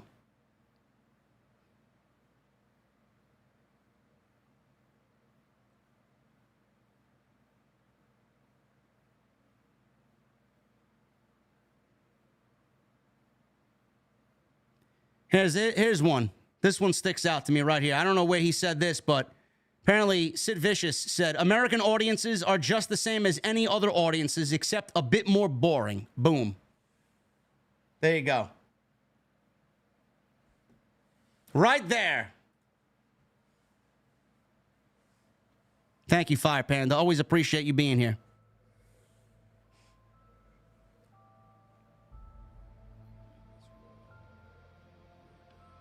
Dr. Evil Genius for 21 months in the OTS venue. Showing some quick love to the OTS family and my friend JD. Thank you, brother. Hopefully you and the ladies are well. Emmanuel with a $5 super chat. It's 4:50 a.m. and I'm drinking a Tombstone Pile Driver Paloma. Cheers from Italy. Hashtag OTS for life. Oh, boy. Emmanuel, you are a fucking trooper, bro. If I go to sleep around 4 o'clock, and usually 4 a.m. is like the cutoff, man. If I go to sleep around 4 or later, man, I feel like shit. Can't do it. I don't know how you guys do it, man.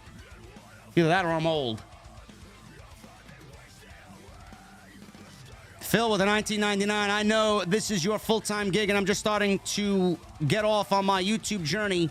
13 videos in, but with how long you've done OTS, have you ever felt burnt out to a point where you stop for a while to recharge? OTS for life. Phil, I cannot remember the last time I took any extended period. If I took a week off, I would feel absolutely fucking lost. I don't know how to take time off. I've worked through so many lulls and so many times where I just didn't want to, that I forced myself to be here. It's tough. How do I stay recharged, man? I don't know. I really don't know. A lot of coffee. You guys. The fact that I found something that I'm really good at and I want to be the best at it. I mean, that's all the motivation I need. Really. No matter if I'm tired, sick, depressed, don't want to be here, I'm still here, man. Rain or shine. Thank you, brother. Levi with 23 months. Just wanted to hop in while I can. Nearly at 2 years of being a member, but you've been around a lot longer than that. But been around a lot longer than that. Love your work and take care, JD. Thank you, Levi. Appreciate you, brother. Mr. Team Bringer with the 499. Cody versus Owens has no heat. I need KO to do a splash on Mama Rhodes through a table. No exceptions. Man, can we get that energy back when The Rock was here, fucking smearing Cody Rhodes' blood on his belt, threatening Mama Rhodes? Man, we need something like that, man. Holy shit. I don't know what's going on, but we need something like that.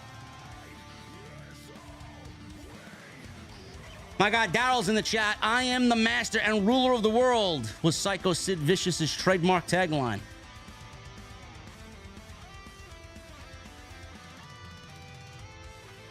Fixes a bind with a $5 super chat. Netflix is going to go ahead with a Rise and Fall of Vince McMahon documentary series. Interesting considering the current WWE Netflix relationship. It's probably going to make Vince McMahon look really, really bad. Honestly.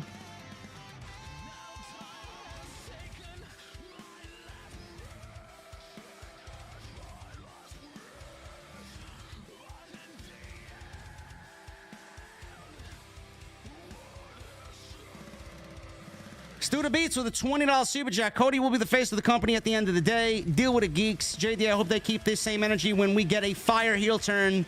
Also, I heard Roman won't be on the SmackDown debut on USA Network. Any thoughts? I don't know. I have a very difficult time that Roman will not be there, man. I think he will be there, and WWE wants to keep it a surprise. Or maybe they are lining up Randy Orton turning on Cody, and that is going to be the big hook for the show.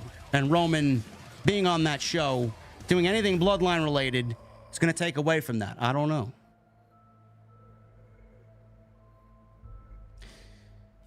Bearded Beast with a $10 super chat. You work hard and earn every penny. One tip. Or I tip you because I work hard for my money and love your channel. Keep doing you, bro. You're cooking. Thank you, Bearded Beast. I hope so, man. I hope that you guys see the hard work that we put into the channel. I hope you appreciate what we bring to the table. I hope you guys appreciate the honesty. Jericho 8131 with a $20 super chat. Ricochet has been insulting and arguing with fans on Twitter since Sunday for voicing their opinions about the product. Weird way to celebrate your newfound success, but nice to see him picking up locker room habits so quickly. Yeah. Prove me wrong, bro. Prove me wrong. The three things that AEW right now has to deal with, and three things that are killing AEW, are Tony Khan, the Bucks, and their fan base. Tony Khan was a real leader. He wouldn't have, or wouldn't condone these people to go on social media and argue with their fucking fan base, bro.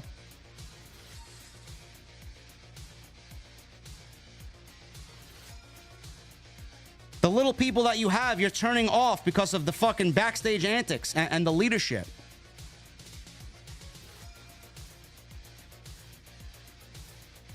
Sidro with a $5 super chat. Not wrestling related joke. I recently attended a magic show in Mexico. The magician said, uno, dos, and then vanished without a trace. You see, I like that one, man. If I heard that anywhere, man, and you told me that, I would laugh at that. Ali with a $4.99. JD, my question is, which does better pay-per-view, AEW or WWE? AEW does pay-per-view better than anybody. You won't see that clipped and posted on Twitter because I'm not supposed to like AEW. Sidro with a $5 super chat. What do you call a constipated detective? No shit, Sherlock. Haha. Also, why don't eggs tell jokes? They crack each other up. Mr. Noob with a $5 super chat. Another boring SmackDown. Cody desperately needs legitimate heels for Cody. Who can they bring over or elevate? I don't think Randy's going to cut it. Randy's going to be more than enough, bro. Randy's going to feed us with Cody, and then Cody can switch his attention to The Rock. That's the way I see it going. Rock for WrestleMania. How do we get there? Randy and Cody feud for the title. Randy beats Cody. Cody chases, wins the title back at the Royal Rumble. Then we begin WrestleMania season, and Cody defends against Rock at WrestleMania 41. Alfredo with a $4.99. Hey, JD, I was wondering if you experienced or your thoughts on the illegals in New York. No comment, bro. The city has gone to shit. That's all I'll say. The only reason why illegals are being treated as good as they are right now in New York, because they want to vote for Kamala Harris. They want to sway the election by giving everything to the illegals. That's it. It's the only reason why. It's not difficult to figure out. City is shit. I remember back in the day, man, I couldn't wait to get to Manhattan, man. Just party in Manhattan and just fucking take a trip to Manhattan, shop, just walk around, hang out. You wouldn't catch me dead in Manhattan, man. There's nothing I go to Manhattan for. I don't even go to my favorite pubs anymore in Manhattan.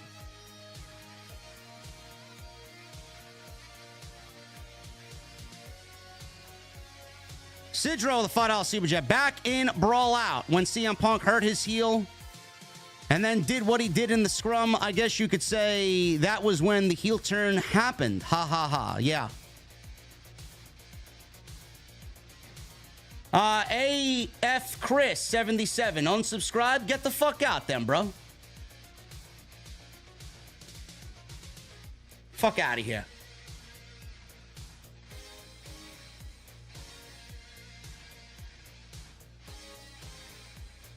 Major with a $4.99. Somebody said the 18 to 49 demo dropped because half of them turned 50. Ha. Orakin with 4 months. JD, I've been catching up on the videos. One thing I learned is wrestlers are incredibly soft overall. Also hook me up with some butterscotch whiskey.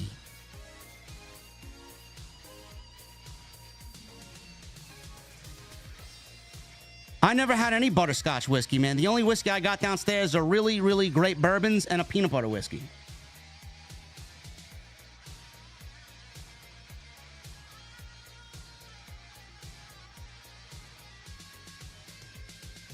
I don't know why you guys ask me about politics, man. You don't want my opinion on politics. How come none of the news stories about the illegal immigrants coming to the United States and killing poor innocent women, raping innocent women, fucking just stabbing and fucking gun shooting? Why don't we hear those stories? Why do I want my city filled with more criminals and drug dealers? Why?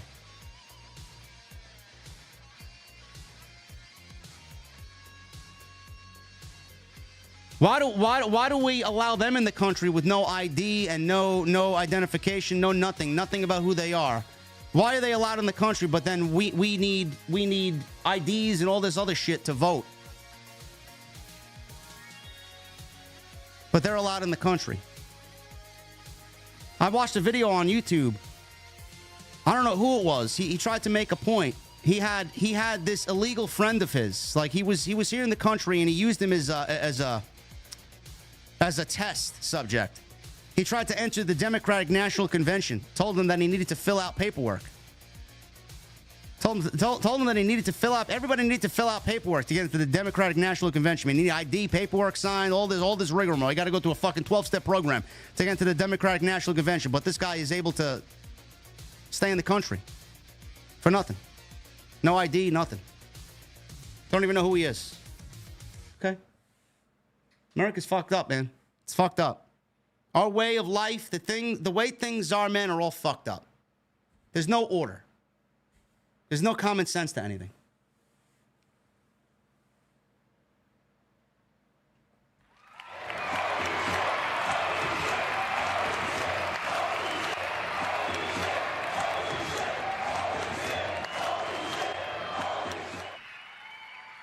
My guy, Daryl Sith Negan with a $500 super chat. Oh, my goodness. Here's an OTS Sith Negan bomb to celebrate my 6-year anniversary as a $100 per month Patreon member. Like always, JD, keep on being the undisputed truth of the IWC and YWC professional wrestling communities is number one and nothing. Because JD wouldn't have it any other way. End of the line. Hashtag the enemy designed. This guy.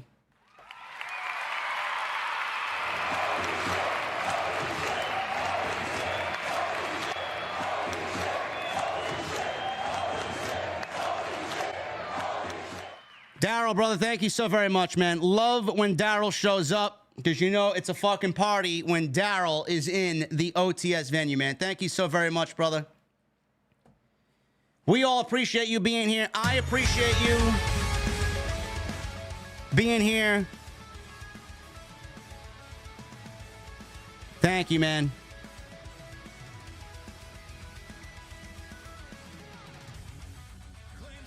You guys leave me speechless, man. Fucking crazy.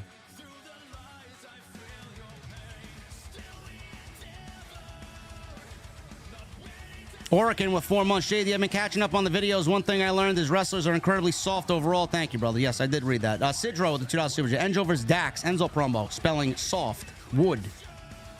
I could actually see that, too. Daryl, you tell no lies, brother, ever. Daryl tells no lies, ever.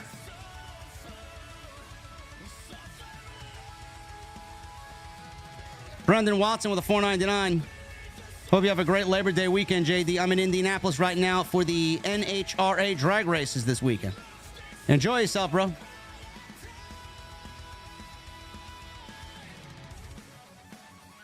James Nation, did I ever watch Jersey Shore? Yes, it's one of my guilty pleasures, bro. I like Family Vacation.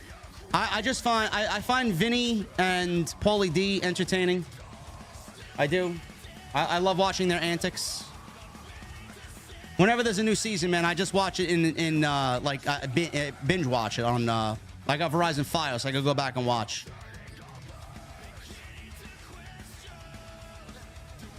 Scripps with a $5 super jet. So this is what a booker is nowadays. A man with a perm who abuses his daddy's wallet. Yeah.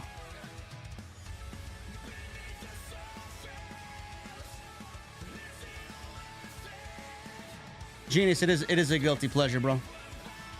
Unfortunately. I don't have many of them. Let me enjoy the ones I do have. Michael Krause with an 8 months. Good Friday, JDOTS family. Hope all is well. Keep being the GOAT. We all appreciate you, my friend, and keep up the great work. Thank you, Michael. Basic with a $4.99. I remember when Vince was asked about TK signing all those wrestlers, and Vince's answer was he can have them all. TK can't keep up this in the long... He can't. That's why I repeated myself over and over again. At some point, he's going to have to realize it's going to come back and bite him in the ass. You cannot sustain your company that way. It's none of my business, but just looking at it from an outside looking in, I mean,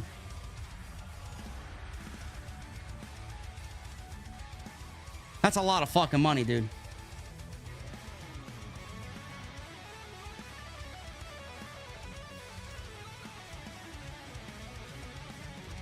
Yeah, that hockey player, man, that was killed and struck. His brother was killed and struck as well by a drunk driver, man. That's a terrible story.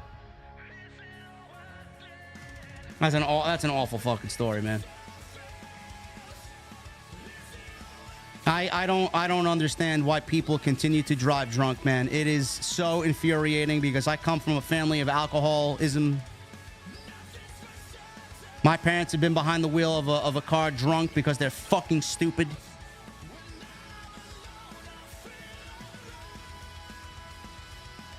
There is no excuse, man. There's no excuses now. Zero. You have everything in the palm of your hand, man. It is at your fingertips to fucking push a button, confirm, link your wallet and your fucking credit card to your phone, and pay for a fucking person to come pick you up and drop you home. If you intend to go out and drink, there is no reason why you need your fucking car keys. Zero. We live in a day and age where you can be picked up and brought to wherever you need to go. If you are going out and you know you are going to drink a half a drink, a fourth of a drink, push a fucking button and call an Uber. A family has been shattered. A husband now dead. Wife with kids now left by herself. Apparently, he was a groomsman at his sister's wedding today. She was supposed to get married today. A wedding ruined. Life shattered for absolutely no reason. Senseless. It's ridiculous.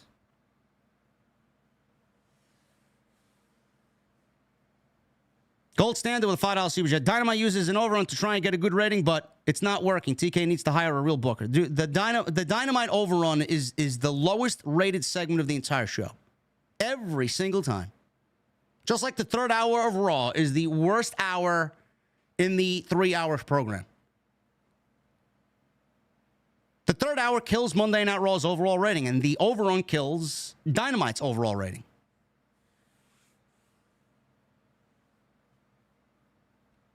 It's just Mac with a new membership. Thank you, Mac. The fuck are you drinking, Mac? Thank you for being here, Mac. Frankie Rodriguez with the $2 super chat. I would hate for Cody to retire without a heel run. I don't know if Cody's going to be a heel. I don't know why do we need Cody to turn heel now?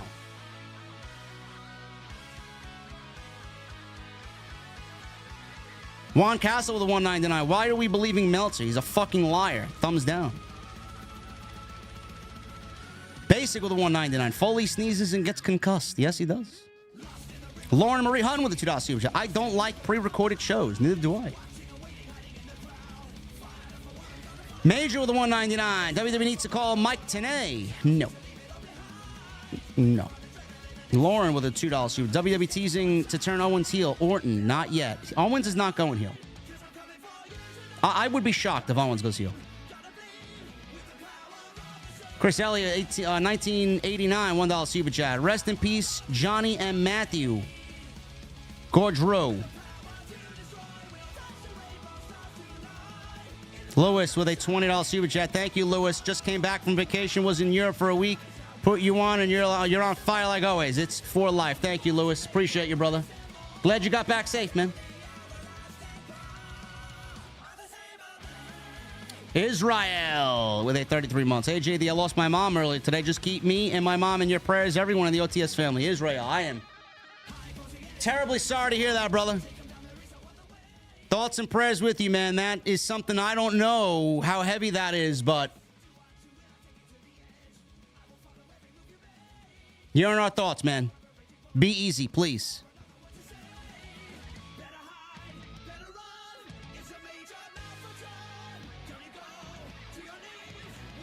I'm Solo with a $5 super chat. JD, it was you who got me through when Dad passed this year in March. Thank you, along with Solid Monster and Jesse. Always here for you, brother. Always. Malcolm Pitts with a 199 and a 199. Cody versus Roman 3 at WrestleMania 41. No. Cody versus Rock at WrestleMania 41. Got to thank Daryl again for the $500 bomb. As always, he owns more of the venue than I do, does Daryl. Him and Osakui.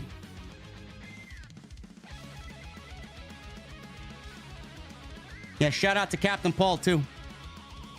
Absolutely. Snowman Khan with the 279. Rest in peace to Johnny Hockey and his brother. MGM with a 199. Everybody, VKM released, lost to AEW on NXT.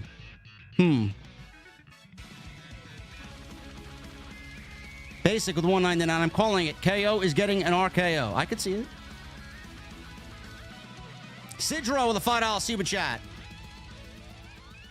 Jack and Jill went up the hill to have some hanky-panky.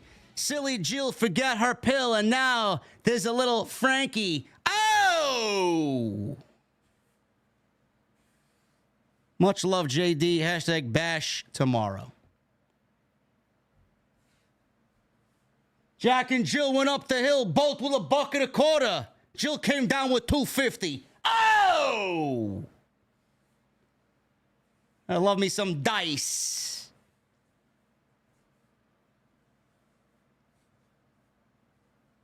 Gotta love me some dice. 3 blind mice. Where the fuck are they going? Oh!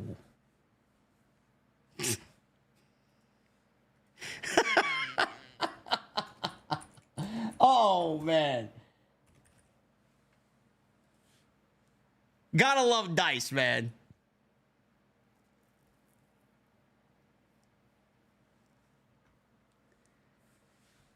Hickory dickory dock, my balls fell out of my jock. I laid them to rest on some hooker's chest and paddled her face with my cock. Oh!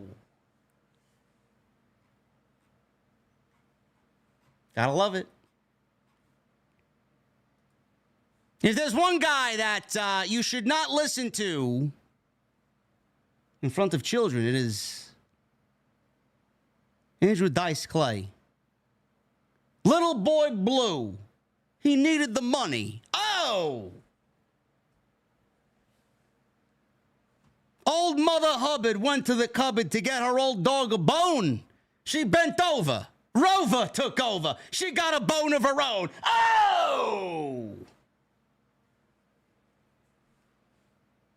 Peter, a pumpkin eater, had a wife and loved to beat her. Smacked her twice across the head, fucked her ass, and then went to bed. Oh! All right, enough. Enough.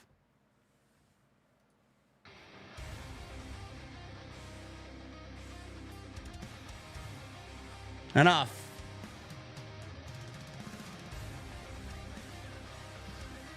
Here's another one. Hickory dickory dock. Some chick was sucking my cock. The clock struck 2. I dropped my goo. I dumped the bitch on the next block. Oh!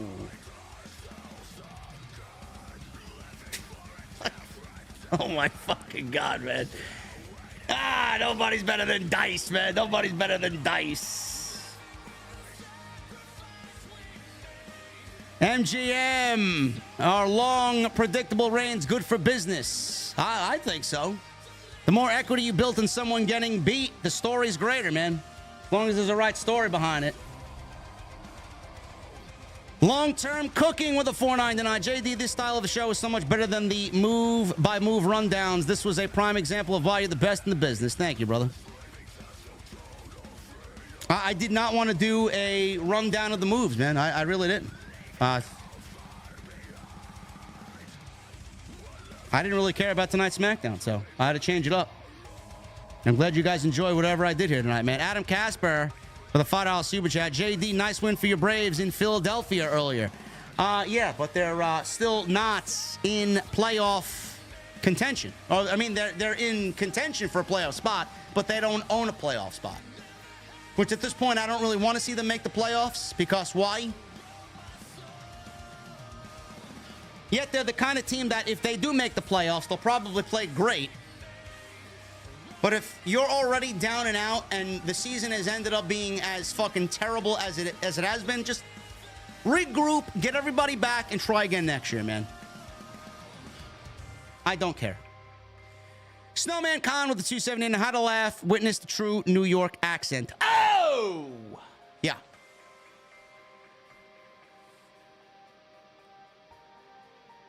Cody Coma, I see you, bro.